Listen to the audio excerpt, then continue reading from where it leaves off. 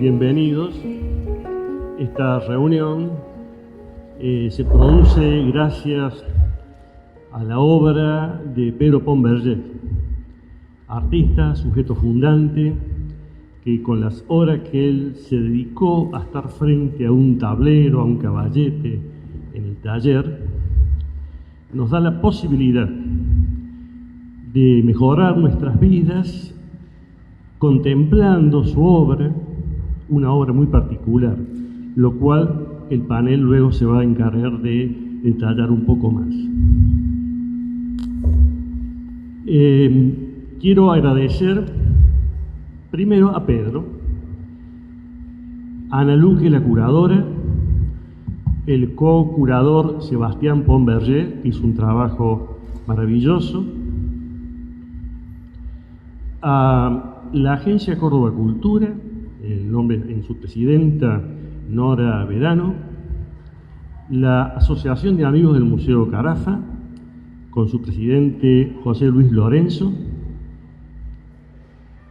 al personal, a los trabajadores del museo, que gracias a su labor diaria han permitido, entre otras cosas, que en diciembre del año pasado fuéramos reconocidos con el premio Radio Francia Internacional, junto al Teatro Colón, por el fomento a las artes. El panel, voy a presentar el panel con la cual vamos a charlar, a dialogar. Juanchi González, periodista, escritor, trabajó en los SRT de la Universidad Nacional de Córdoba y en los diarios Córdoba y La Voz del Interior. Colaboró en publicaciones culturales y fue jurado en concursos literarios. Fue profesor titular de las cátedras de periodismo gráfico y de literatura y periodismo en el Colegio Universitario de Periodismo. Participó en conferencias, cursos y mesas redondas. Publicó libros de ensayo y poesía e integró antologías poéticas de Córdoba. Fue distinguido por la Unión Interamericana de Prensa en reconocimiento a la trayectoria periodística por la Unión Interamericana de Prensa en 1998. El arquitecto Juan Manuel Vergallo, arquitecto por la Facultad de Arquitectura y Urbanismo de la Universidad Nacional de Córdoba, profesor titular de las cátedras de Historia de la Arquitectura Latinoamericana, Historia 3 e Historia Crítica de la Arquitectura Latinoamericana y Argentina de la Universidad Nacional de Córdoba. Profesor adjunto de la Cátedra de Historia de la Arquitectura Moderna y Contemporánea, Historia 2. Entre los trabajos realizados a nivel público se destacan registros, inspecciones, informes técnicos, propuestas de declaración de interés municipal. Curador de diversas muestras, entre otras la muestra Descubrimiento 500 años, que se realizó en el Museo Carafa y luego tuvo una itinerancia por Mendoza. Ocupó cargos públicos, entre ellos en la Dirección de Patrimonio Cultural y Turismo de la Municipalidad de Córdoba entre los años 1981 y 1985. Participó en la gestión y programación de los museos provinciales, intervenciones de restauración en monumentos históricos provinciales y gestión de nuevas declaratorias y asesoramiento a municipios, entre otros. Miembro de la Junta Provincial de Historia de Córdoba y del Consejo Asesor de Patrimonio. Laura Sosa Loyola, artista, ilustradora, docente, tallerista. Recibida en perito en artes y profesora en artes plásticas en 1993 y técnica y profesora superior de dibujo y pintura en 1998. Es docente a nivel primario y nivel superior en el Instituto de Formación Docente Nuestra Señora de las Mercedes, siendo titular de la cátedra Diseño y Construcción de Material Didáctico, carrera de nivel inicial. Es ilustradora para la editorial Narvaja Editor. Participa de manera activa en exposiciones y salones a destacar. En 2020, exposición Universo Mínimo 2, Mes de la Mujer en la Asociación de Magistrados de la Provincia de Córdoba. En 2018, exposición de dibujo en el Museo Macu Unquillo y La Mudanza, obra de Pedro Pont Berger, propuesta lúdica Tiempo de aventuras en el Museo Evita, Palacio Ferreira, Córdoba. En 2016 participa en el Salón de Ilustradores Imagen Palabra Medellín, Colombia, y en 2014 participa del Salón de Pequeño Formato Museo de Bellas Artes Fernando Bonfiglioli. Bueno, va a ser una semblanza Juanchi González ahora. Gracias. Buenas tardes a todos. Bueno, comenzamos a despedirnos en esta sala de la excelente muestra de la obra de Pedro Pablo Bombardier, quizá una de las más representativas, creemos nosotros, y completas de su obra y de su trayectoria. Aquí fueron expuestos sus trabajos con una minuciosidad, conciencia y capacidad profesional que tienen que ser atendidas. Ello se debe al compromiso y la acertada elección de la dirección de este museo y del personal que trabaja aquí, y también conlleva el merecido reconocimiento no solamente al gran artista, Pedro, sino también al esfuerzo, la aptitud y el discernimiento demostrado por Ana Luque como curadora y a los hijos de Pedro, para que esta exposición alcanzara el logro y la respuesta que obtuvo. Esta tarea mancomunada permitió acceder a una visión totalizadora de la obra de maestro y hacerla accesible al mundo de la cultura de Córdoba. Creemos que es una de las mayores exposiciones en esta ciudad durante estos últimos tiempos de pandemia. Escapa a mi formación intentar hacer un análisis técnico de la obra pictórica de Pedro. Seguramente mis acompañantes aquí en la mesa lo podrán hacer mejor. Pero sí quisiera referirme a la personalidad de Pedro, a su actitud frente al arte, frente a la vida, y algo que fue indisoluble y estuvieron ligados íntimamente a toda su obra, como así también su concepto de la palabra amistad. Yo quiero hablar del hombre. Expresé alguna vez que esos abismos de lo esencial, esa frágil llama de la libertad, esa secreta intimidad de los retratos, esa tenue luz que alimenta el lienzo pero que no está dormida ni termina de apagarse, esa dorada inquietud que mueve a la reflexión y al pensamiento, o quizás ese tenso tejido de la memoria, son solo algunos de los muchos legados que nos dejó Pedro Bombardier. El artista, el pintor, queda expuesto a través de sus obras en el manejo de la técnica y el color, de la temática y de su trazo narrativo. Y en Pedro encontramos un pintor con identidad, con un lenguaje, con un estilo propio y con honestidad intelectual. Es el hombre consustanciado con esa honestidad, es decir, el pintor, el que debió, entre otras cosas, padecer el duro repliegue del exilio y que tras su retorno al país supo mantener esa conducta como funcionario, como ciudadano y como artista. Recordamos aquel gesto que lo distinguió cuando le ofrecieron uno de los máximos galardones oficiales de esta ciudad y Pedro se negó a aceptarla por no comulgar ni ética ni ideológicamente con el intendente de turno. Y todo ello a pesar de los subterfugios que mediaron y de algunos intentos para convencerlo que ensayaron ciertos amigos del poder y de las alfombras públicas.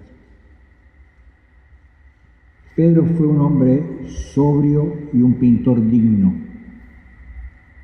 Y así como algunos pueden hablar de sus virtudes pictóricas, nosotros podemos mencionar su condición de hombre íntegro, de su conciencia social e histórica, de sus sueños y de sus esfuerzos, de su militancia a favor de la libertad, del dolor que le provocaba esta sociedad injusta que nunca pudo aceptar, de un mundo hegemónico y brutal que lo acongojaba, nos consta. Muchas veces pensamos que este mundo contemporáneo no estaba hecho para él y para su concepto de la vida y del hombre, de un hombre que debe edificar una sociedad más justa, más solidaria y más transparente. Deberíamos también hoy resaltar su dignidad, esa dignidad que en los últimos 11 meses de vida le permitió esperar su muerte sin referirse nunca a ella, jamás se refirió a su muerte. A pocos años después de la definitiva partida y ante el dolor que nos provocaba, en un poema a él dedicado nos preguntaba: ¿en qué callada esquina del crepúsculo entraremos con los ojos abiertos a esa solitaria partida? Pues bien, el rescate de su vida y de su obra plasmada en estas salas refleja la actualidad de su presencia artística. Como dijo Borges, no hay un acto o un sueño que no proyecte una sombra infinita. De Pedro rescatamos además su memoria, esa memoria intacta que lo acompañó hasta sus últimos días, pero no la memoria de lo cotidiano, sino la memoria del hombre universal, de sus grandes gestas, de sus mayores logros. Esa memoria que le permitió también escribir con sutileza y particular estilo los relatos de su infancia y juventud en el libro titulado precisamente Memorias del Pueblo, editado aquí en Unquillo, en Córdoba, por Navaja Editor. Allí expuso recuerdos y anécdotas de ese paisaje correntino que lo marcó para siempre. Esa memoria a la que él ingresó y mediante la cual hoy también lo rescatamos nosotros, recordando palabras del poeta, de su gran amigo José Viñals, quien escribió poco después de su muerte: ¿dónde estás, Pedro, amigo mío?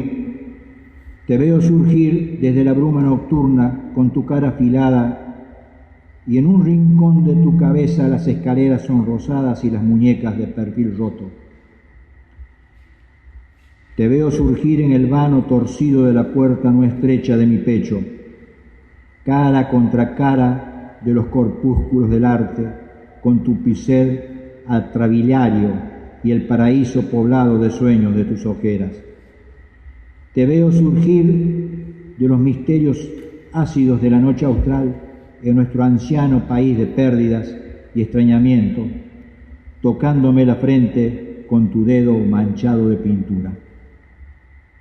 Y nosotros, agregamos ahora, para terminar, sí, tocándonos la frente con tu dedo manchado de conciencia y de memoria, tocándonos el alma, Pedro, con tu corazón de cristal.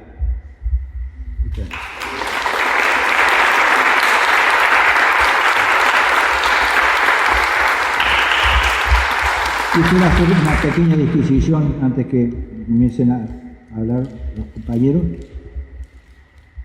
Quiero dejar un mensaje de adhesión a esta muestra o homenaje a Pedro. Hace una hora, antes de venir para el museo, hablamos con el maestro Carlos Alonso y él me preguntaba sobre el tema de lo que queremos exponer. Algo le comenté a Carlos al respecto. Y él le preguntaba si quería agregar algo, porque no podía venir. y agregó, es textual: quisiera adherir desde acá, desde Unquillo, al no poder estar presente en esa muestra homenaje a Pedro. Vos sabés lo que pienso y admiro de Pedro, como pintor, como amigo y como persona.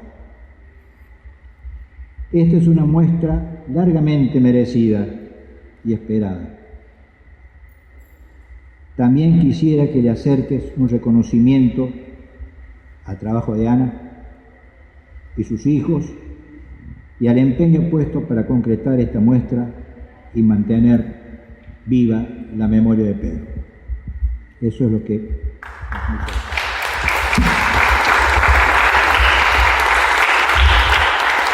Bueno, buenas tardes a todos y muchas gracias, Jorge, por la invitación a participar en este conversatorio.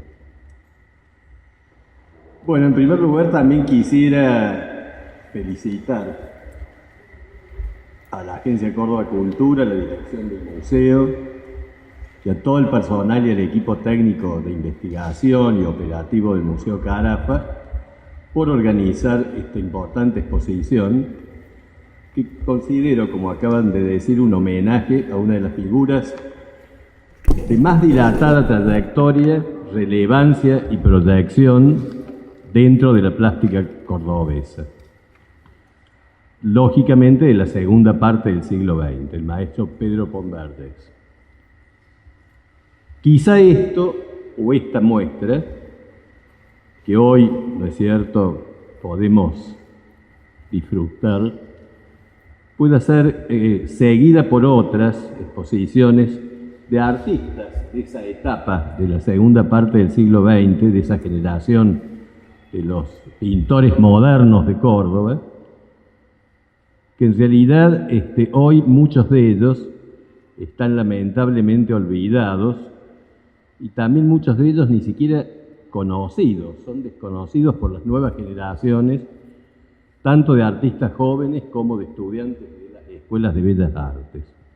Es decir, en ese sentido es muy importante, al margen de otras muestras de artistas contemporáneos, mantener siempre, y creo que es un rol de este museo, mantener la memoria activa de todos estos grandes pintores que dio Córdoba y que, ya les digo, muchos de ellos lamentablemente prácticamente han desaparecido, digamos, no solo del mercado, sino también de las exposiciones, de las salas, etc. En ese sentido también esta importancia de mantener esta memoria activa, en este caso, bueno, tiene una ventaja enorme en todo lo que hace a esta muestra, que es todo un legado familiar, todo un legado que se conserva justamente gracias al esfuerzo de la familia Pon Verdés y en particular a su compañera de vida, Anita Luque, que celosamente custodian este legado que lógicamente no es la totalidad. Hay obra de Pedro distribuida por todos los museos, galerías, tanto argentinos como latinoamericanos y europeos, pero esto solo sirve muy bien para ilustrar la magnífica obra y lo prolífico que fue Pon Verdés en vida. Y acá tenemos justamente prácticamente una cronología de sus etapas que van testimoniando sus diversas adhesiones a distintos momentos o tendencias de la pintura, así como también a su propia experiencia de vida, a sus propias aventuras espirituales. Hablando ya del artista, yo, como he sido también amigo de Pedro, pero desde un lugar muy distinto al de Juanchi, yo voy a centrarme más, y eso decíamos como si lo hubiéramos casi programado, en aspectos un poco más específicamente críticos de su obra.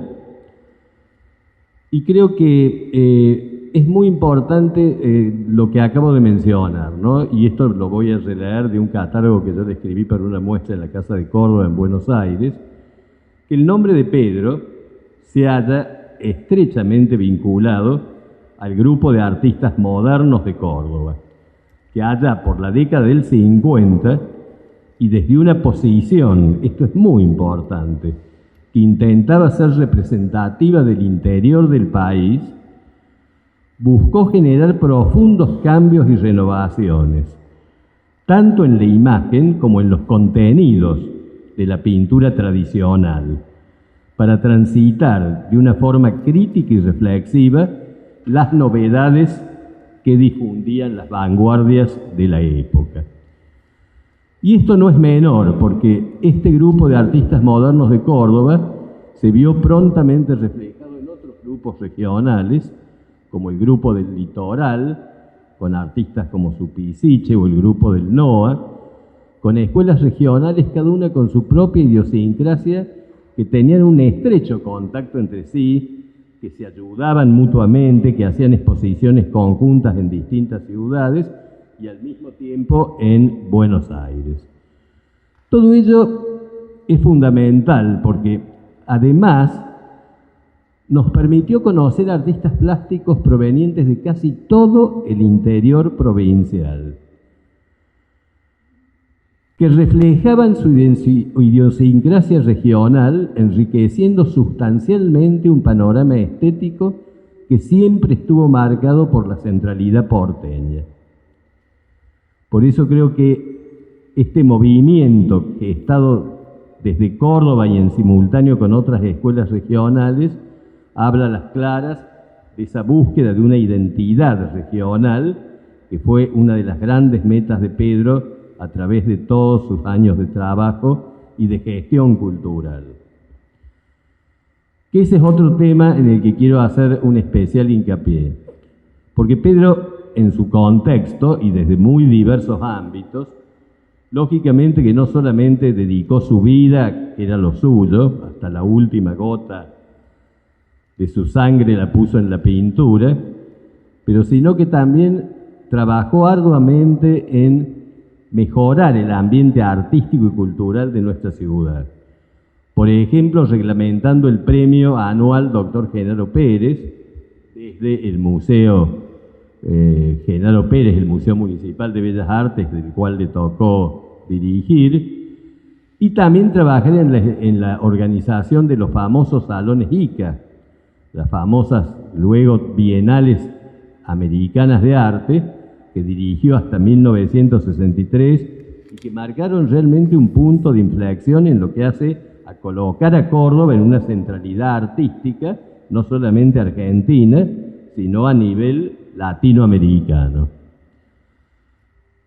Esto para mí es fundamental, y aquel museo fue testigo de ello, porque justamente la primera ampliación que se hace de este edificio antiguo de Kronfuss de 1917, neoclásico, fue la intervención que hizo el arquitecto Luis Martínez en arquitectura moderna, que recuerdan ese cubo hoy desaparecido de cristal, muy racionalista y miesiano, que justamente sirvió de sede a las exposiciones, luego también con Ciudad Universitaria y otros ámbitos, para las famosas bienales de arte de los años 60 en Córdoba.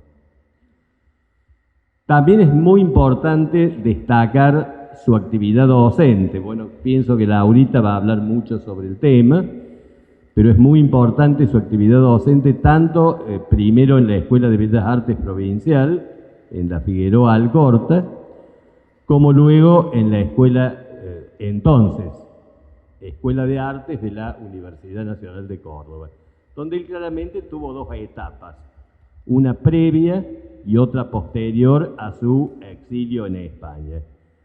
¿No es cierto? Es decir, una en los años prácticamente 60 y pico y otra posteriormente en los años 84, que es cuando vuelven a la Argentina con su familia, y él retoma la Escuela de Artes y se hace cargo hasta creo que el año, si no me equivoco, 94, de la cátedra de pintura de la entonces Escuela de Artes de la UNC. Y eso es también un importante legado, porque Pedro evidentemente ha dejado toda una huella en muchas generaciones de artistas que se formaron con él, hasta su muerte. Lo cierto es que también, convocado después de su exilio en España, volvió a la gestión cultural desde 1984, convocado por el gobierno provincial, y estuvo a cargo primero de la Dirección de Actividades Artísticas de la provincia, y luego un rol muy importante que desarrolló en todo el interior provincial como director de la entonces Dirección de Acción Cultural para el Interior, donde generó un programa extraordinario del cual yo en su momento en algunas etapas también pude participar, que era un programa regional de democratización de la cultura, llevado prácticamente a todas las distintas regiones del interior provincial, porque estamos hablando de organismos de gobierno de la provincia, el gobierno de la provincia de Córdoba, que no solo incluía lógicamente la promoción de artistas plásticos,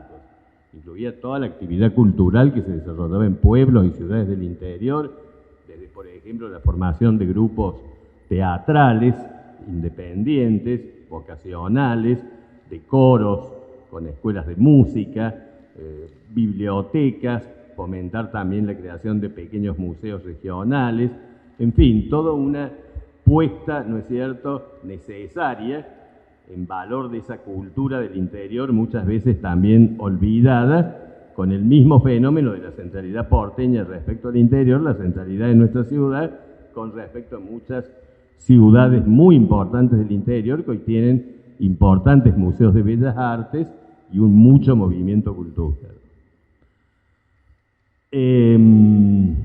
Bueno, la muestra que hoy nos ocupa evidentemente contiene obras que dan testimonio desde muy diversas etapas, de sus propias búsquedas, como dije, de sus encuentros, yo prefiero llamarlo encuentros con otros pintores consagrados, que él va a trabajar, a reelaborar, como fueron su encuentro durante su exilio en Madrid, en el Prado con Velázquez, un pintor a quien admiraba profundamente y a quien va a recrear, con Manet también, por ejemplo, con quien tiene series, luego sus entrañables retratos familiares, ¿no es cierto?, de todo su grupo familiar y todos sus amigos, porque ahí prácticamente, si vemos la segunda sala, hay una cantidad de retratos de amigos, de Carlos Alonso, de Monteiro y tantos otros que lo acompañaron en esta gesta.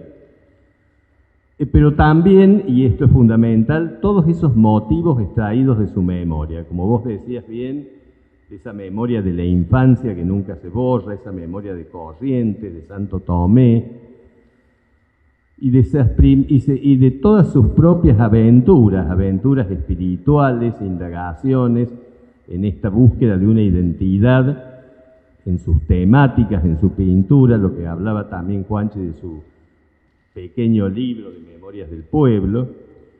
Y fíjense, un dato que me llamó la atención, porque yo esta semana pasada vine una mañana tranquilo a ver la muestra, la vi bien tranquilo, entero, solo, como a mí me gusta, vi los videos enteros, en fin, no es casual que la muestra, fíjense, se inicia con la serie de los gauchos, de los años, si no me equivoco, 40 y pico, y ahí hablamos justamente de esta experiencia regional, de esta búsqueda de una identidad regional, y por otro lado se cierra con dos esbozos, luego de su ACB, cuando ya estaba prácticamente, que solamente tenía movilidad en una mano para pintar, veía con un solo ojo y demás, en esos dos magníficos esbozos de los dos gauchos matreros que cierran la exposición en el año de su muerte, que si no me equivoco fue 2003.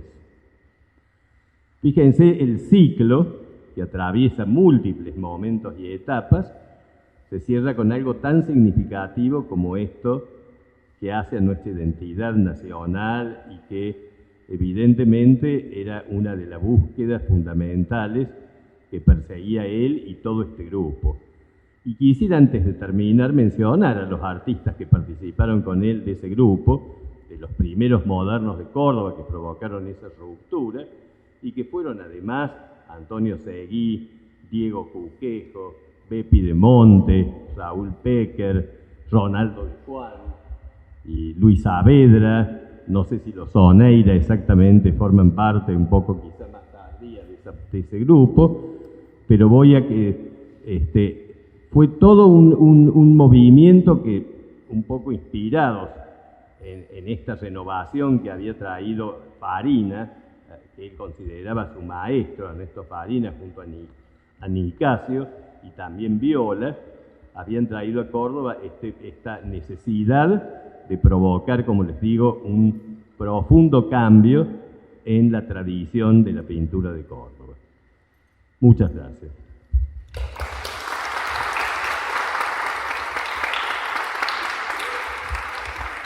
Hola, ¿me escuchan? Bueno, yo me llamo Laura, para los que no me conocen, que yo desde acá veo gente que no conozco y otras que sí. Y bueno, me quedo con muchas preguntas después de escuchar el valor de la amistad, como lo escuchaba Juanchi, y me quedo también con muchas preguntas para Juan, porque la verdad que es un abanico y pone en valor el trabajo de los artistas, de los que no están y los que estamos. Así que me parece que eso es un libro abierto para lo que sigue en breve. Nos merecemos ese tiempo, me parece. La verdad que me gusta mucho escucharlos. Y uno un poco la amistad y el amor de Juanchi, y también uno y comparto la sabiduría de Juan, porque me parece que vieron cuando uno viene y se prepara para hablar, y bueno, la ponencia, la conversación, todo lo que implica la adrenalina de estar en esta invitación que propone Ana, o cualquier situación de querer hablar y compartir, me pasa que al escucharlos a ellos dos, siento, y lo tengo que decir, hace 2 años que estamos cuidándonos de muchas cosas, pero es evidente de lo que nos estamos cuidando. Y de repente Juanchi habla de un cuidado de la amistad, y de repente Juan habla de un cuidado de los artistas, y hay que celebrarlo, porque podemos estar acá con barbijos, con lo que sea, pero podemos estar. Entonces celebro esos espacios que se están dando después de 2 años de tanta cosa, ¿no?, que nos moviliza, y estamos distintos también, y eso es lo que quiero compartir con ustedes. Juanchi está distinto, Juan también, Jorge también está distinto. Sí, bueno, pero nos está pasando, nos atraviesa todo esto. Y también habla de que son 2 años que nos cuidamos, y esta muestra está cuidada. Eso siento, ya van varias veces que he venido y percibo eso, ¿no? Como el clima, o como decía Juan, el circuito. Hay una cosa de cuidado que yo por lo menos hace mucho que no sentía o que no podía percibir, y también lo celebro eso. Y bueno, a mí me gusta, bueno, les cuento algo, me está costando mucho estar quieta porque yo soy docente de niños y no estoy mucho tiempo quieta, y me gusta mucho lo de la pregunta, ¿no? Entonces yo pensaba que iba a estar Ana acá, también parte de todo esto, y que íbamos a conversar para preguntarnos cosas, y creo que Pedro nos invita un poco a preguntarnos. Y bueno, ¿por qué digo esto? Porque en realidad yo llego tarde a la vida de Pedro, porque por algunas cuestiones en el 2018 acá al frente está el Museo Palacio Ferreira, con el concepto de palacio. Este es un museo que es como lo opuesto, ¿no? Y qué diferentes que son, y cómo han cambiado los escenarios en los museos, ¿no? Acá, por supuesto, agradezco a Jorge y también a Mariana del Val, pero cómo hemos cambiado. Vamos a los museos y ya no hay tanto silencio. Miren ahora cómo está el circuito de las sillas, quiénes estamos, ¿no? Cómo vamos cambiando en ese sentido. Y en el 2018 se me propone tomar una pintura, elegir una pintura y convertirla en un juego para niños, en un tiempo que se llama tiempo de aventuras. Bueno, yo hace muchos años trabajo con niños, me dedico al arte infantil.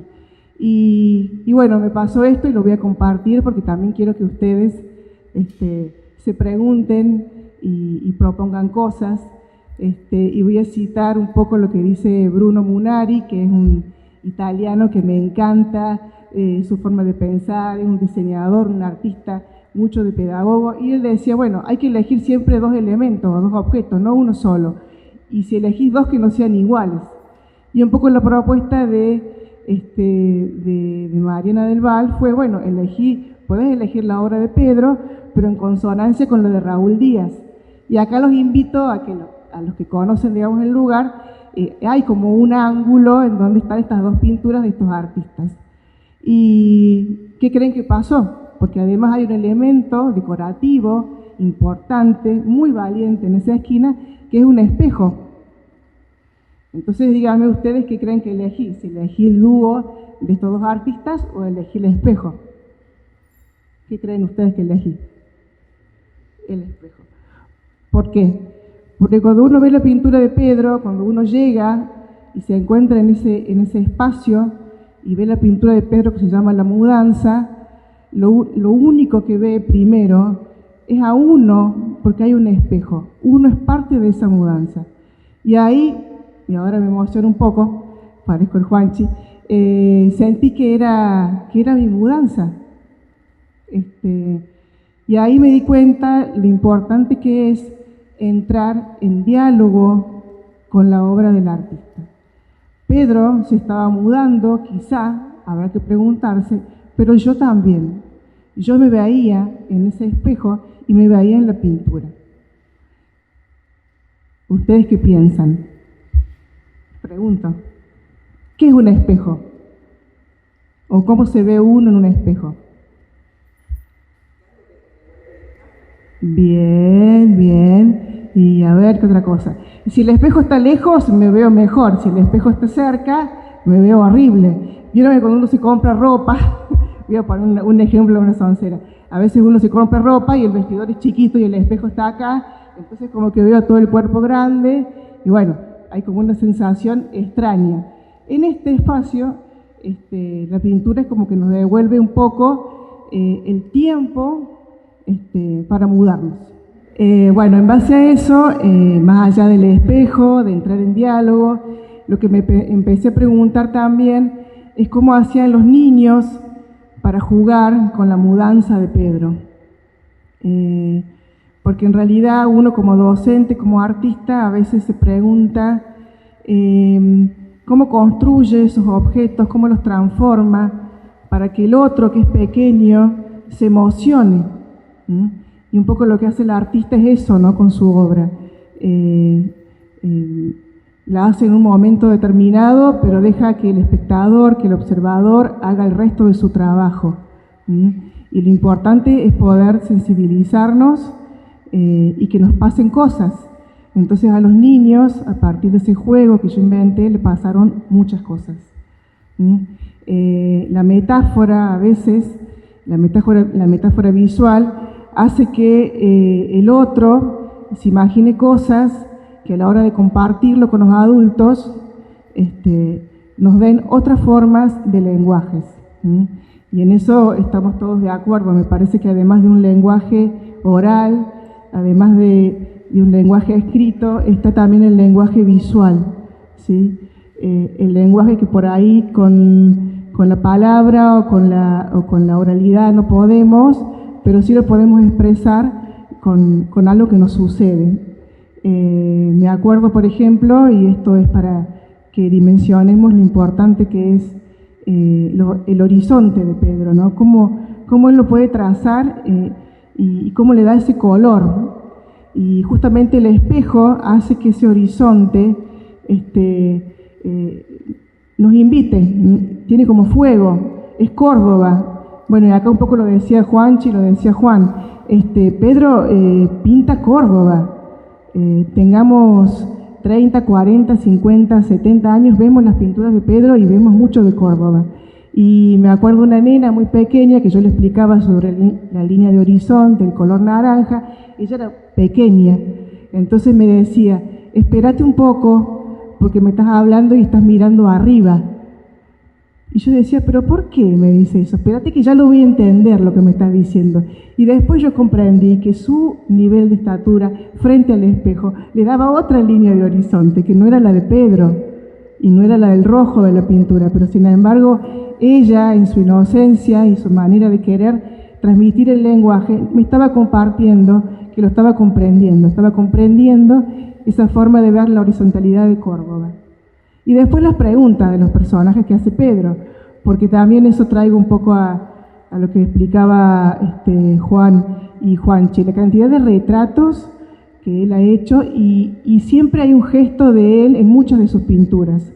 Y de repente cuando uno ve la mudanza, creo que lo vemos a él, que se hace cargo de ese peso, porque está como improvisado, hay una especie de con maderas, ahí pone los objetos que que se lleva, y él está atrás llevando ese peso.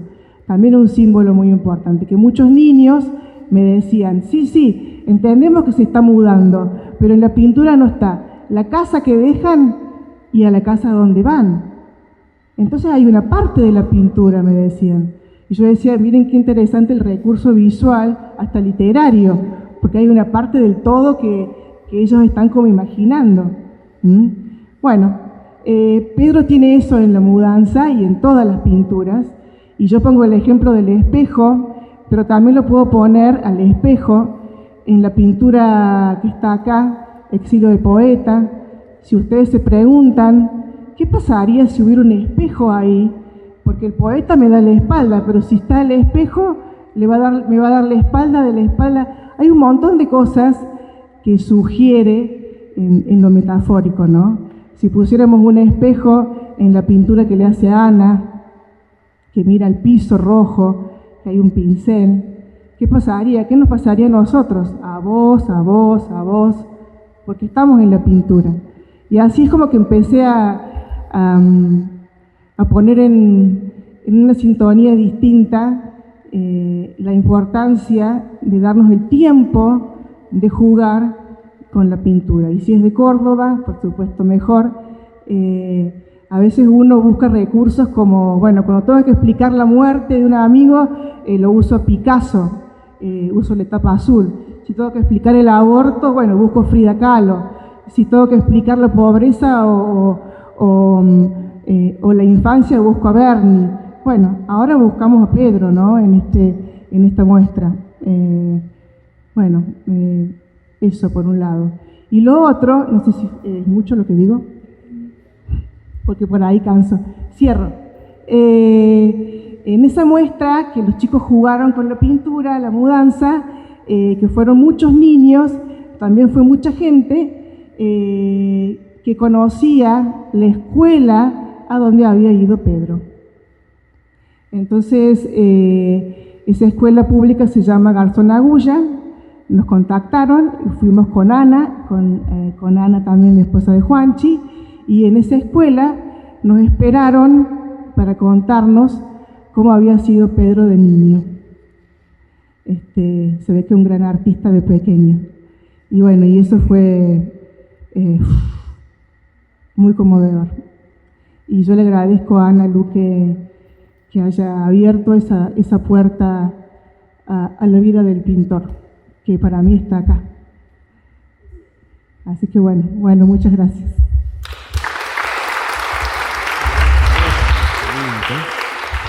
Aprovecho para un aspecto de Pont Berger, por ahí no tan conocido, que es el Pont Berger grabador.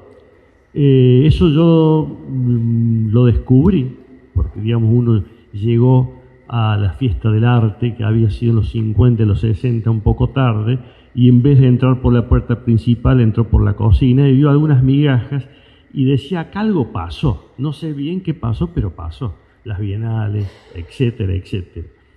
En una muestra que organicé que se llamaba La Línea, en el Centro de Arte Contemporáneo, está Chato Carreras, pedimos distintos dibujos. La Línea era la protagonista, diferentes dibujos grabados, dibujos de arquitectura, dibujos de publicidad, dibujos artísticos, dibujos de historieta, todo como una sola disciplina la línea. Y fuimos a la casa, al taller de Pedro Pomballe, y recuerdo que Pedro nos ofreció, creo que fui con Juan Pagano, un grabado. Yo quedé maravillado por ese grabado, por lo fino, lo delicado, lo ajustado. Luego también, a través de una muestra de Alberto Nicasio, el gran maestro Alberto Nicasio, que retrató muy bien la Cañada, la antigua Cañada, junto con el otro grabador, pero de chapa, que era Oscar Meyer. Una muestra de Alberto Nicasio en una sala de arte que había en la agencia de Clarín, en la avenida Olmos. El prólogo lo hace Pedro Pomballe. Entonces yo ahí digo que acá hay un vínculo emocionante y muy lindo. En la sala pequeña donde están los dibujos de Pedro Pomballe hay unas vitrinas donde están varios grabados de Pedro Pomballe maravillosos, y sobre todo una carta de Alberto Nicasio a Pedro Pomballe. A veces una muestra es importante a través de las grandes obras, y a veces una muestra son por esas pequeñas cositas que uno descubre como escondidas a veces. Bueno, eso quería contarles y nada más. Y bueno, les agradezco, ahora que tengo el micrófono y la oportunidad de agradecerles a los tres amigos panelistas maravillosos. Me han hecho llorar, conmover, y bueno, gracias, muchas gracias.